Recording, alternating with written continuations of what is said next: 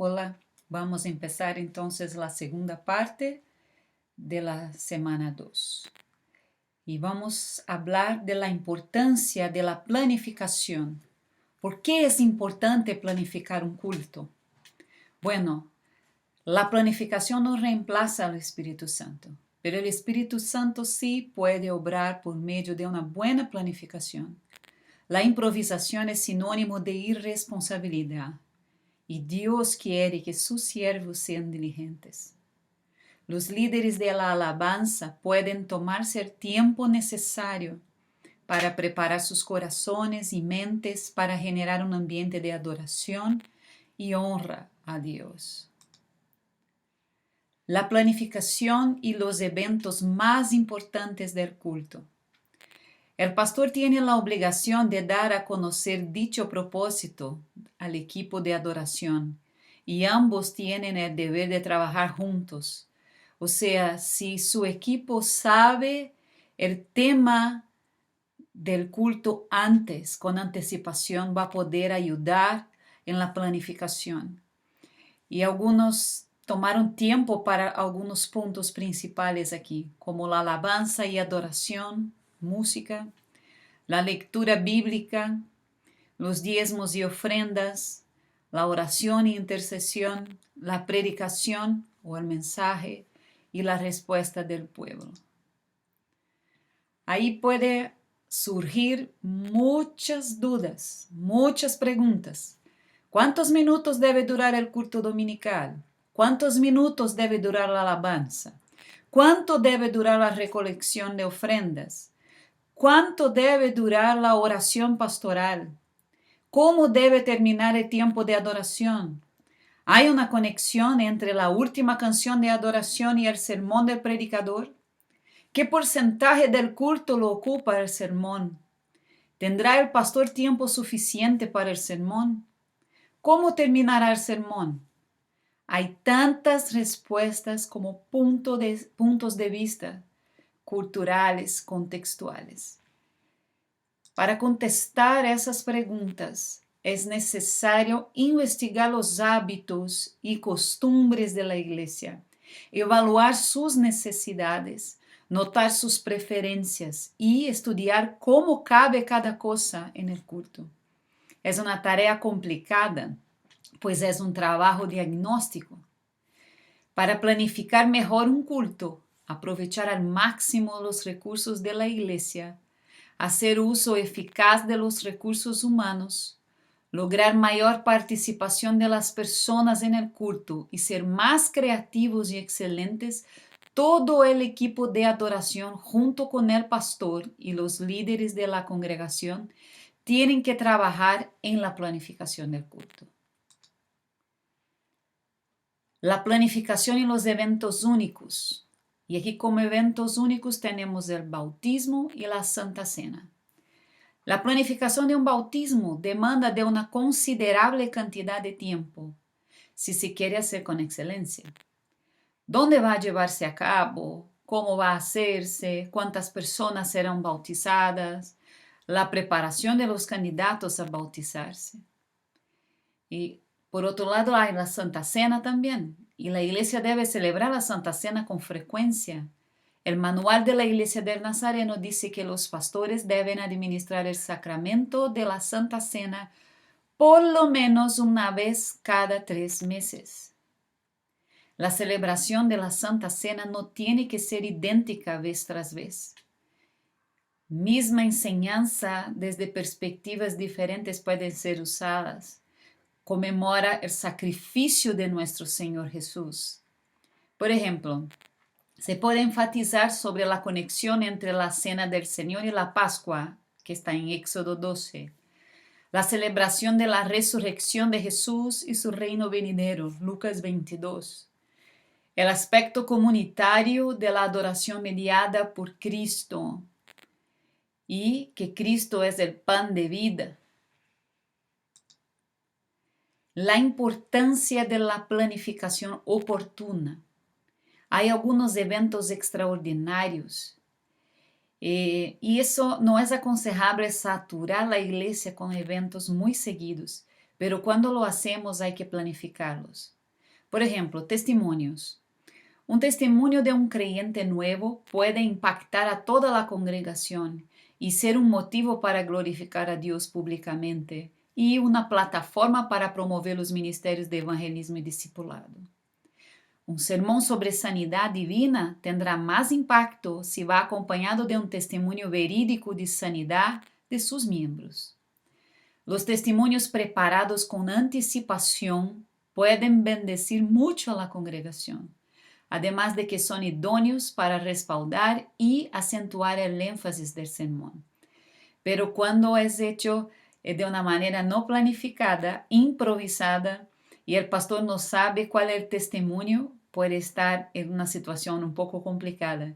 Yo ya vi varias veces que el testimonio en verdad no sería un testimonio, o que la gente va a contar un testimonio y termina predicando. Entonces eso complica el culto después. Entonces es bueno planificar los testimonios. También podemos pensar en presentaciones especiales. Por ejemplo, aniversario de la iglesia, instalación del nuevo pastor o un homenaje al pastor que se jubila. Esas presentaciones pueden ser complejas o sencillas, con muchos participantes o con pocos, pero como quiera se realicen, deben contar con una organización previa. Hay presentaciones artísticas. La música no es el único medio de expresión artística a través de la cual se puede exaltar a Cristo. Hay coreografía, música coral, mimo, teatro, lectura poética y otros. Estas manifestaciones son complejas y por lo tanto requieren de una importante planificación y ensayo. Demanda tiempo, esfuerzo y dedicación. También podemos pensar en presentaciones específicas para el calendario. El calendario cristiano está lleno de fechas conmemorativas. Semana Santa, Domingo de Resurrección, Pentecostés y Navidad. Y hay días especiales del calendario, como el Día de la Madre, del Padre, Día del Niño. Con estas presentaciones, la iglesia puede impactar su comunidad. Estos momentos pueden ser aprovechados para predicar el Evangelio. También podemos pensar en la dedicación de niños, y hay muchos ejemplos bíblicos que ilustran la presentación de los hijos del Señor. Por ejemplo, Ana con su hijo Samuel, los hijos de José, su padre Jacob, Abraham cuando ofrece su hijo Isaac. También podemos pensar en la unción de los enfermos. Creemos que Dios sana a los enfermos. El manual dice, creemos en la doctrina bíblica de la sanidad divina e instamos a nuestra feligresía a buscar oportunidad para hacer oración de fe para la sanidad de los enfermos. Está en nuestro manual, en los artículos de fe. Es el artículo 14, la sanidad divina. El texto de Santiago 5, 14 y 15 nos dice, ¿está alguno enfermo entre vosotros? Llame a los ancianos de la iglesia y oren por él, ungiéndole con aceite y en el nombre del Señor. Y la oración de fe salvará al enfermo, y el Señor lo levantará. Y si hubiere cometido pecados, los serán perdonados. El pastor puede dedicar una parte del tiempo de su culto para orar y ungir a los enfermos junto con los líderes de la congregación. El llamado. El llamado puede ser la respuesta de la congregación al sermón. En un culto evangelístico debe ofrecer al oyente la oportunidad de responder con fe a Jesús. Un culto de santidad debe ofrecer la oportunidad de que el oyente consagre su vida y busque la presencia del Espíritu Santo.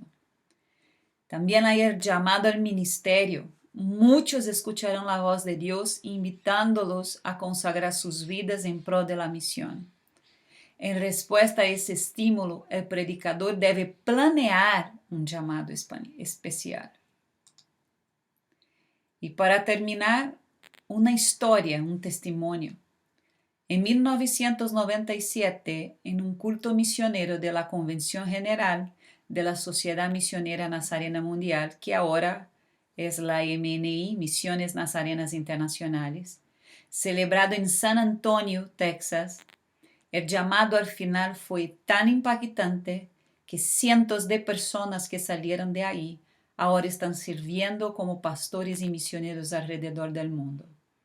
Primero, la predicación fue compartida entre la doctora Naina Gunter, que era directora mundial de la sociedad, y el reverendo Harmon, que fue misionero en África.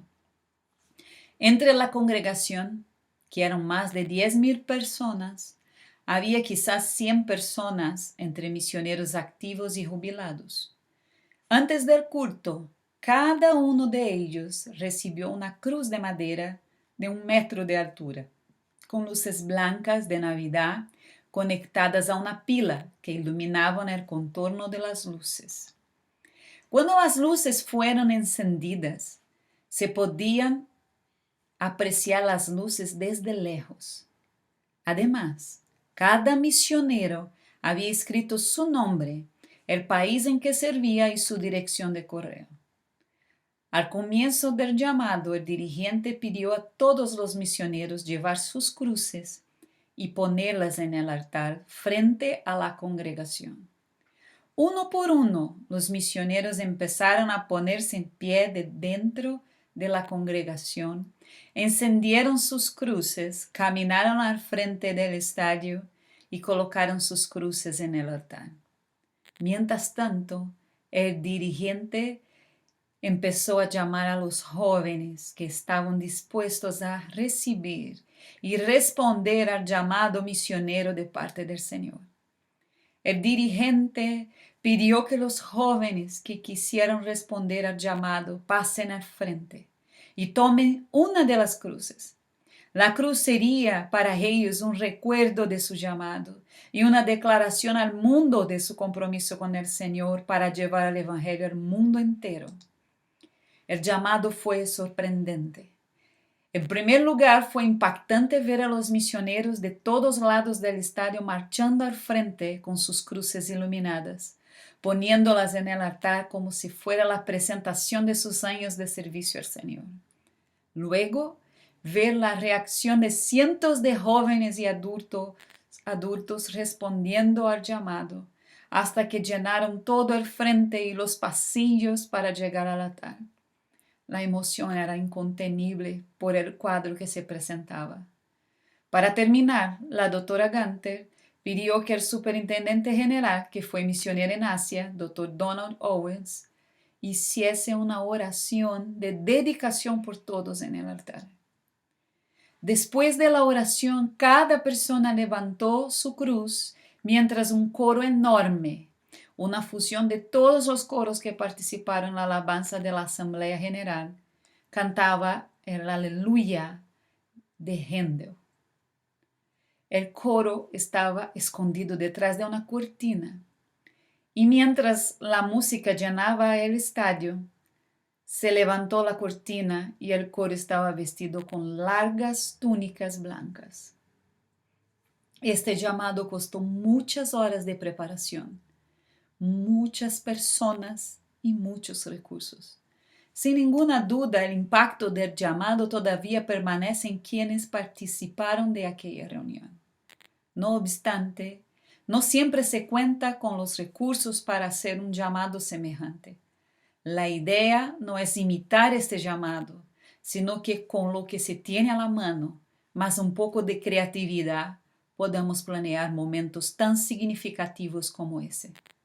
Yo invito a usted que vea el video que voy a enviarlos de la música Aleluya de Händel y que usted pueda imaginar lo que fue ese momento. Algunas reflexiones finales. Cada domingo, el pastor y el líder de adoración tienen una gran responsabilidad. Hacerlo con excelencia demandará de nosotros todo el corazón, mente, alma y fuerzas. Que Dios los bendiga y que puedan poner en práctica todo eso que hemos aprendido. Muchas bendiciones.